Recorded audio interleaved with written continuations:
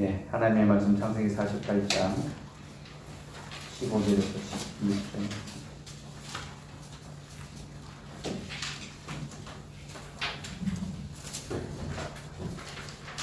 창세기 48장 15절에서 16절 말씀. 우리 같이 한 목소리로 읽도록 합시다.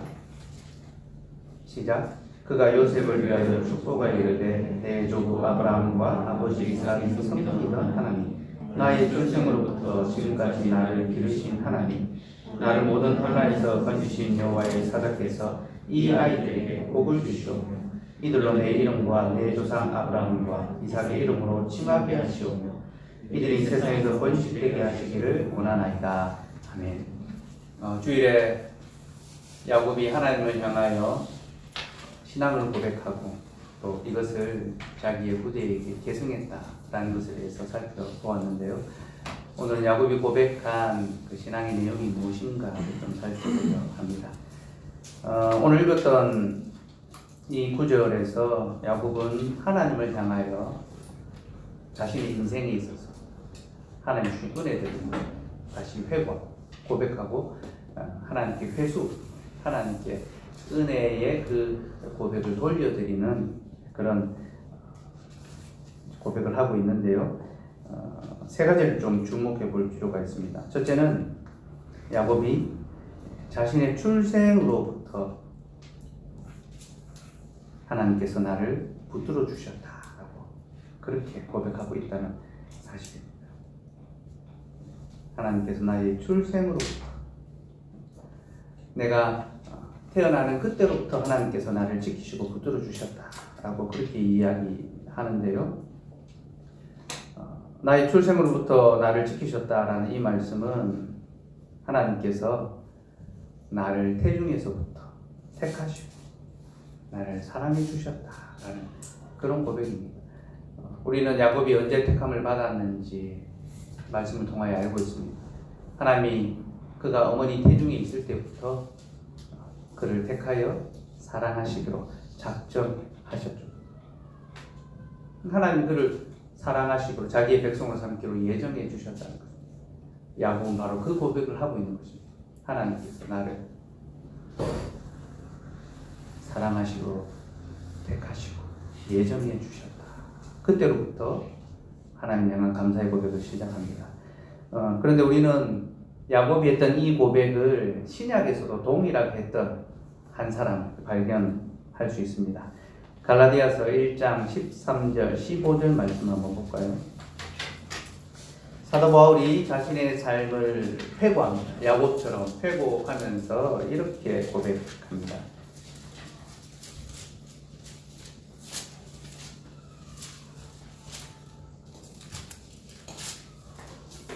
13절에서 1장 13절에서 15절 읽읍시다. 시작. 내가 이전에 유대교에 있을 때에 행한 일을 너희가 들었거니와 하나님의 교회를 심히 박해하여 멸하고 내가 내 동족 중 여러 영각자보다 유대교를 지나치게 믿어 내 조상의 전통에 대하여 더욱 열심히 있었으나 그러나 내 어머니의 태로부터 나를 택정하시고 그의 은혜로 나를 부르신 이가.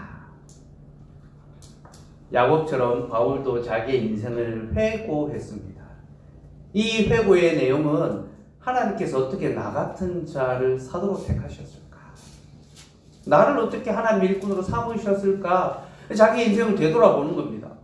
내 안에 하나님께서 나를 자신의 일꾼으로 삼을 만한 이유가 있는가? 자신이 왜 이런 은혜를 입었는지 곰곰이 돌아보는 거죠.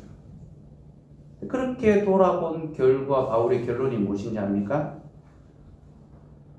자기 안에는 도대체 그 이유를 찾지 못하겠다. 왜 그렇습니까? 그가 자기의 삶을 돌아보니까 그는 하나님의 교회를 심히 박해하고 멸했던 그런 사람이기 때문에,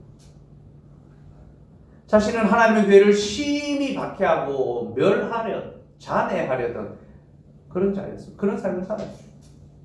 그리고 그는 유대교를 지나치게 믿어서 조상의 전통에 더욱 열심을 내었습니다. 유대교를 지나치게 믿어서 조상의 전통에 더욱 열심히 내었다라는 것이 무엇일까요? 율법주의자로 살았다는 거죠. 그런 율법으로는 흠이 없다라고 말할 정도로 철저하게 율법주의적인 삶을 살았습니다. 근데 여러분, 이 율법주의가 지향하는 것이 무엇입니까?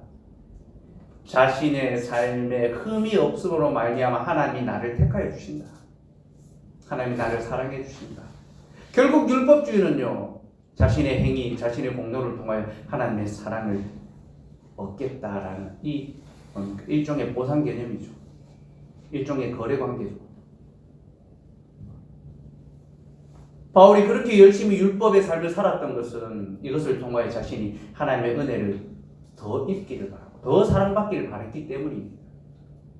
그런데 그가 자기의 삶을 돌아보니까 그는 하나님을 더 사랑한 것이 아니라 또 하나님의 사랑을 더 받는 것이 아니라 하나님의 교회를 더욱 박해하고 멸하는 삶을 살았다는 거죠.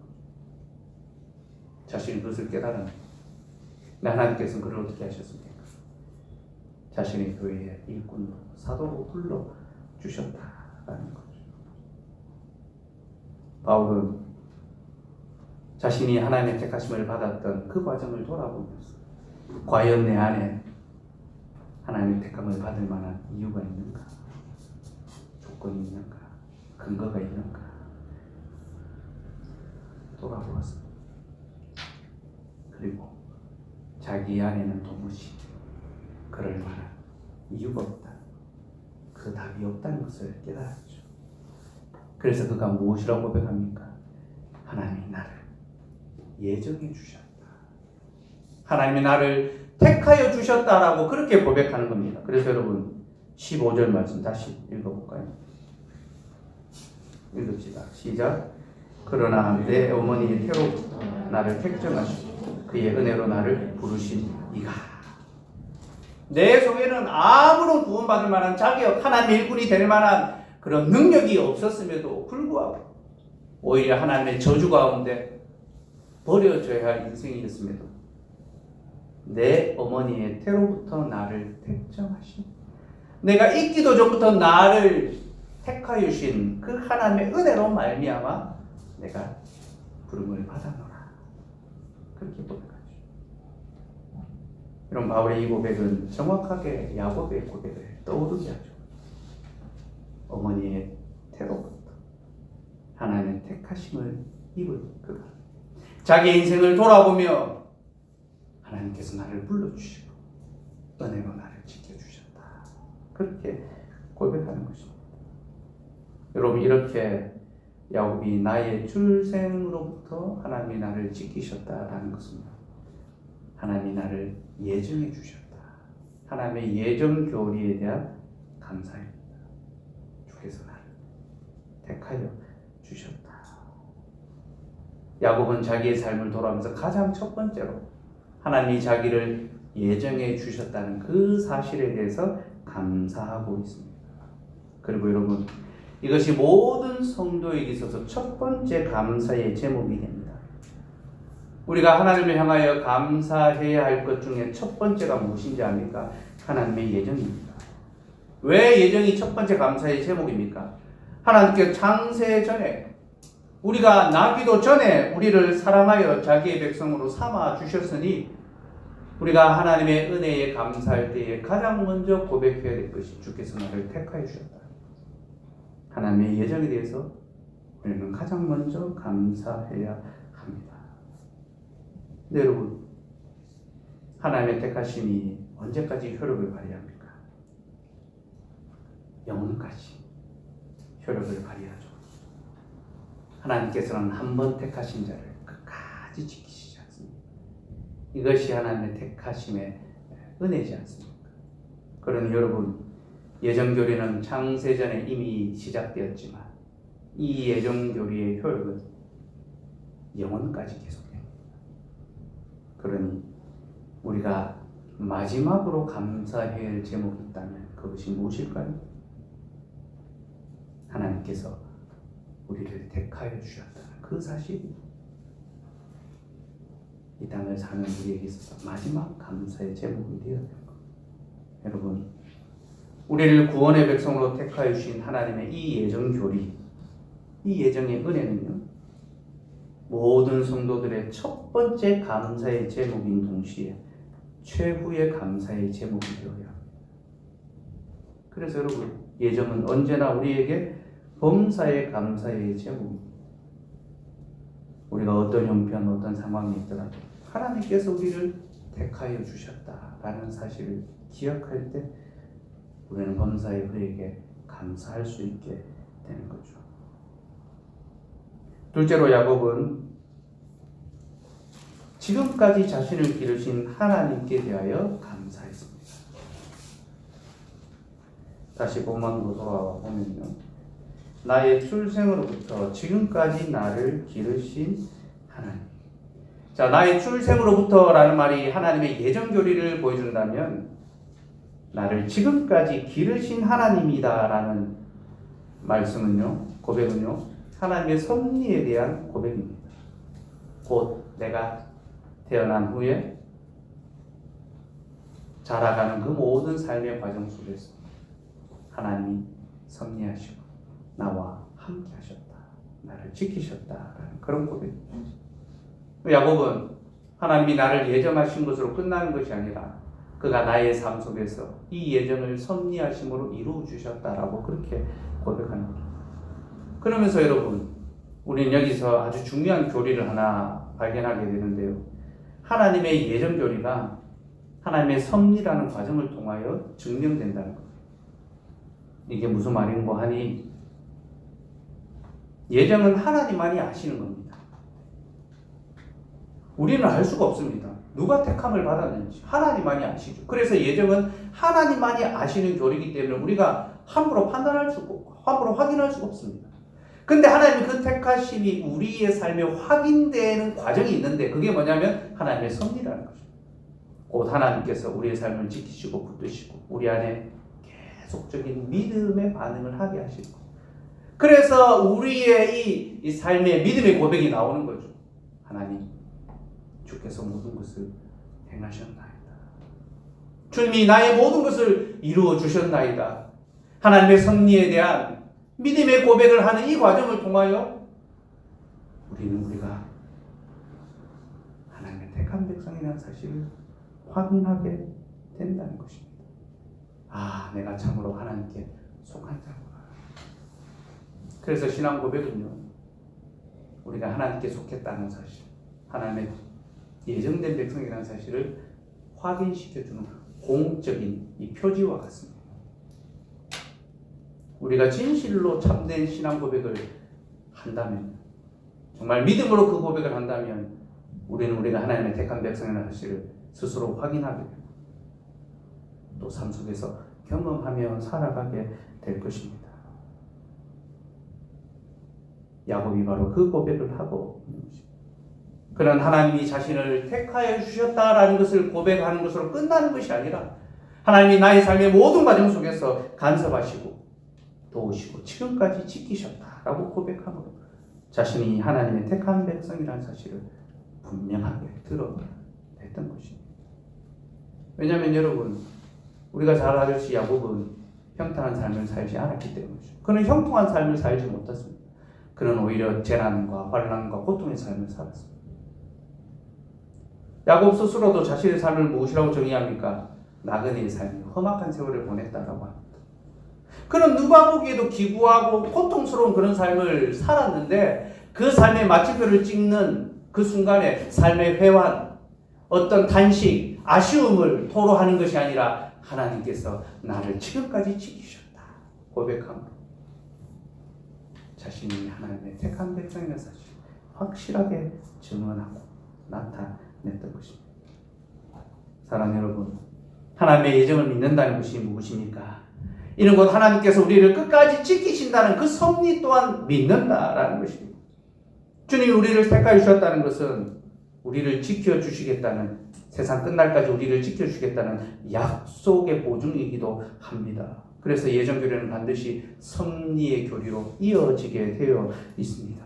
그 섭리는 우리가 땅에서 어떤 일을 당하여도 하나님께서 모든 것을 합력하여 손으로 바꾸신다라는 그 확신과 그 믿음과 그 고백입니다. 이것이 우리 신앙 고백의 내용이죠. 사도신경에서 나는 전능하신 아버지 하나님 천지의 창조주를 믿습니다라는 그 고백이 바로 이 내용입니다. 하나님의 섭리가 마침내 모든 것을 합력하여 손으로 바꾸신다. 그래서 하이델베르크 교회론답에서 사도신경의 고백을 이렇게 정의하지 않습니까? 여러분 같이 문답해 봅시다. 26문 전능하신 성부 하나님 천지의 창조주를 나는 믿사오며 라고 고백할 때 당신은 무엇을 믿습니까? 우리 주 예수 그리스도의 영원한 아버지께서 아무것도 없는 중에서 하늘과 땅과 그 가운데 있는 모든 것을 창조하셨고 또한 그의 영원한 작정과 섭리로서 이 모든 것을 여전히 보존하고 다스리심을 믿으며 이 하나님께서 그의 아들 그리스도 때문에 나의 하나님과 나의 아버지가 되심을 나는 믿습니다.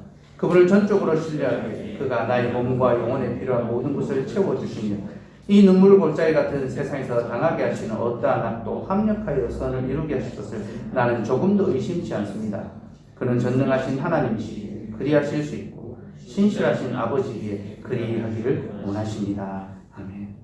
여러분, 이것이 바로 우리가 전능하신 성부 하나님 천지의 창조주를 믿는다라는 것, 나의 아버지로 믿는다라는 그 고백의 내용입니다.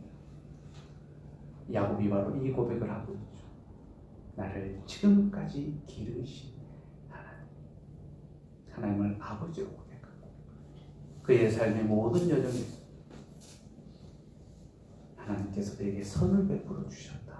그렇게 고백합니다. 그러면서 그는 곧이어서 이렇게 말합니다. 나를 모든 환난에서 건지시에. 26절 말씀. 나를 모든 환난에서 건지시에. 하나님께서 나의 삶을 여기까지 지켜오셨다라고, 나를 지금까지 길러오셨다라고 말하는데 그가 거쳐온 삶의 여정이 무엇입니까? 환난이었다. 그는 자기의 인생을 환난으로 정의하고 있습니다. 나를 많은 환난에서, 모든 환난에서 건져 주셨다. 여러분, 야곱은 하나님의 섭리, 곧 하나님의 보호와 돌봄을 받았지만 그의 삶은 결코 평안하느라 형통하지 않았습니다. 그는 많은 환난을 겪었고 그로 인하여 험악한 세월을 보내야만 했습니다. 그는 살 소망이 끊어지는 것 같은 그런 고통의 순간들을 여러 번 겪어야만 했습니다. 일찍이 아버지 집을 떠날 때 그에게는 소망이 하나도 없는 것처럼 보였습니다. 외삼촌 집에서 속임을 당하고 억울한 종살이를 할 때 언제 아버지 집으로 돌아가는가, 그런 마음의 낙담이 그에게 있었습니다. 가나안 땅으로 다시 돌아올 때는 어땠습니까? 군대를 이끌고 오는 형 때문에 그는 또다시 살 소망이 끊어지는 아픔을 겪어야만 했습니다. 가나안 족속들의 틈바구니에서 살아갈 때는 또 어땠습니까? 그들의 악함을 자기의 자녀들이 닮아가는 모습과 또 그로 말미암아 분쟁과 다툼이 일어나는 것 때문에 야곱이 얼마나 노심초사 고통을 당해야만 했습니다. 그러다가 그는 마침내 자기가 살아온 인생의 모든 고통을 훨씬 더 뛰어넘고도 많은 그런 고통을 당하게 되죠. 곧 자신의 사랑하는 아들이 죽었다라는 소식. 야곱은 그때 자기 인생이 끝났다고 고백했습니다. 나는 이제 더 살 소망이 없다. 그는 살았으나 죽은 것과 같은 그런 지경에 처했습니다. 이와 같이 그의 삶은 고난과 환난과 고통의 연속이었죠.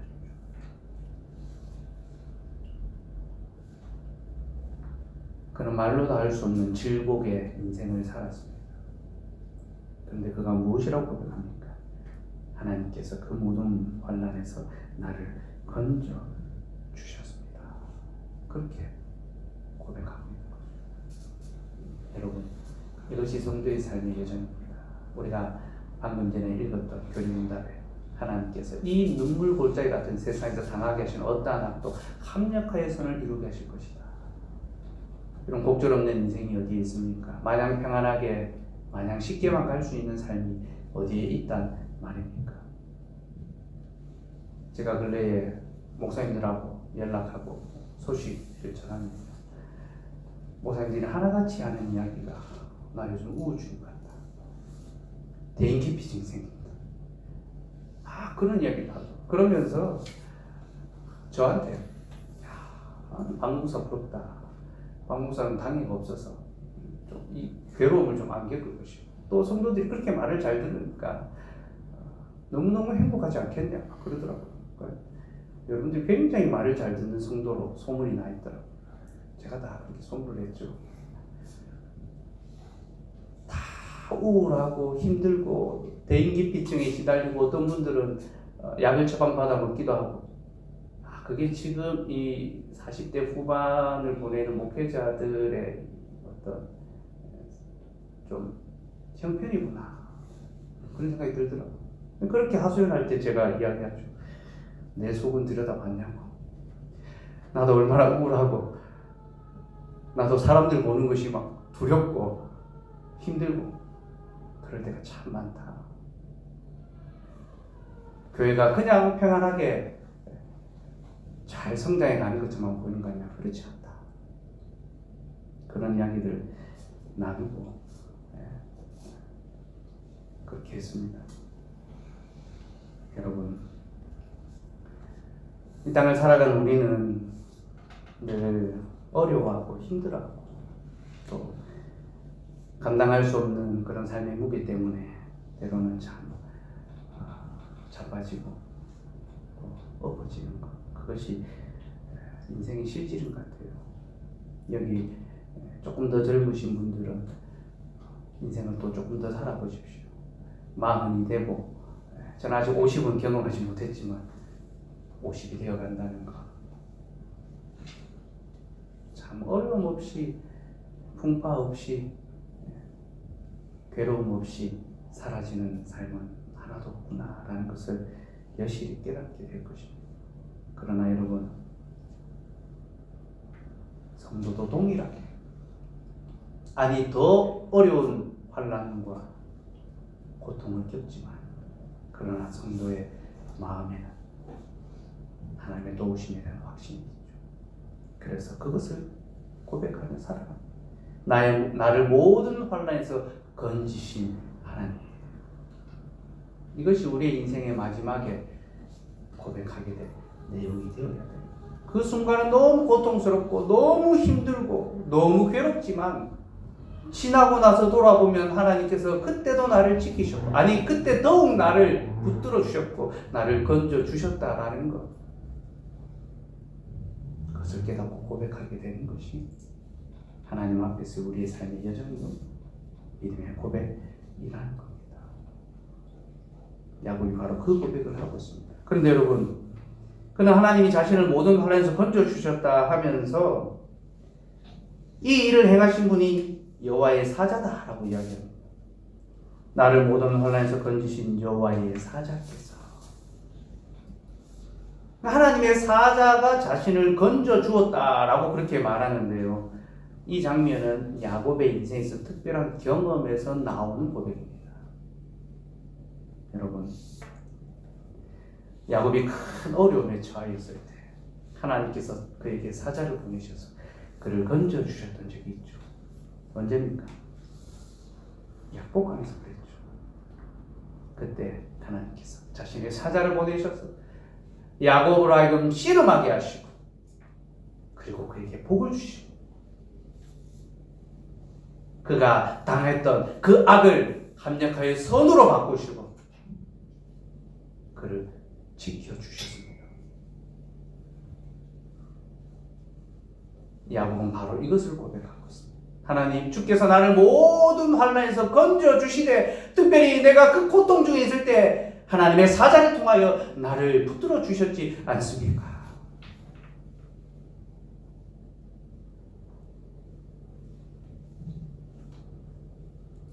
우리는 이 야곱의 고백을 통하여서요, 하나님이 야곱을 환난에서 건지신 것뿐만이 아니라 환난에 처했을 때 야곱이 어떤 반응을 보였는지에 대한 교훈도 얻을 수가 있습니다. 그가 약복강에서 하나님의 은혜를 입었던 것이 무엇입니까? 하나님의 사자와 씨름하며 간절히 매어 달렸기 때문이죠. 기도했기 때문에.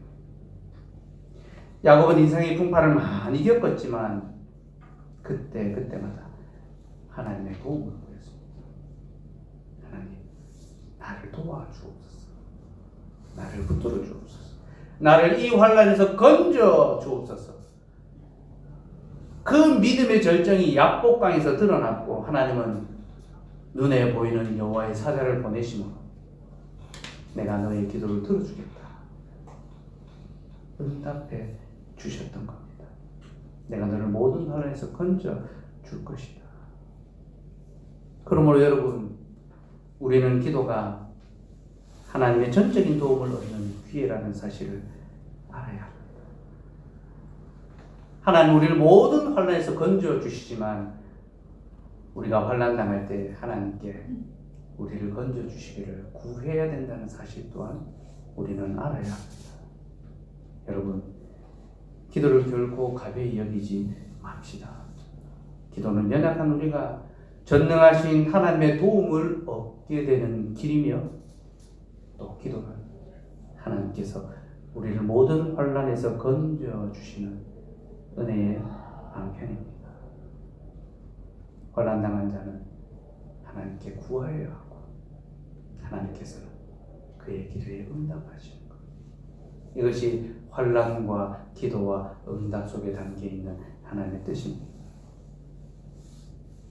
우리는 예수님께서도 자신이 환난 당할 때 아버지에게 기도로 자기의 소원을 아뢰어 드렸다는 사실을 주목해야 합니다. 히브리서 5장 7절 말씀을 한번 볼까요? 같이 읽읍시다. 시작. 그는 육체에 계실 때에 자기를 죽음에서 능히 구원하실 때에 심한 통곡과 눈물로 간구와 손을 올려 그의 경건하심으로 말미암아 들으심을 얻었느니라. 우리 주께서 죽음에 처하실 때가 있었습니다. 우리는 죽을 뻔하는 상황에서 건짐을 입었지만 주님은 실제로 죽음을 경험하셨죠.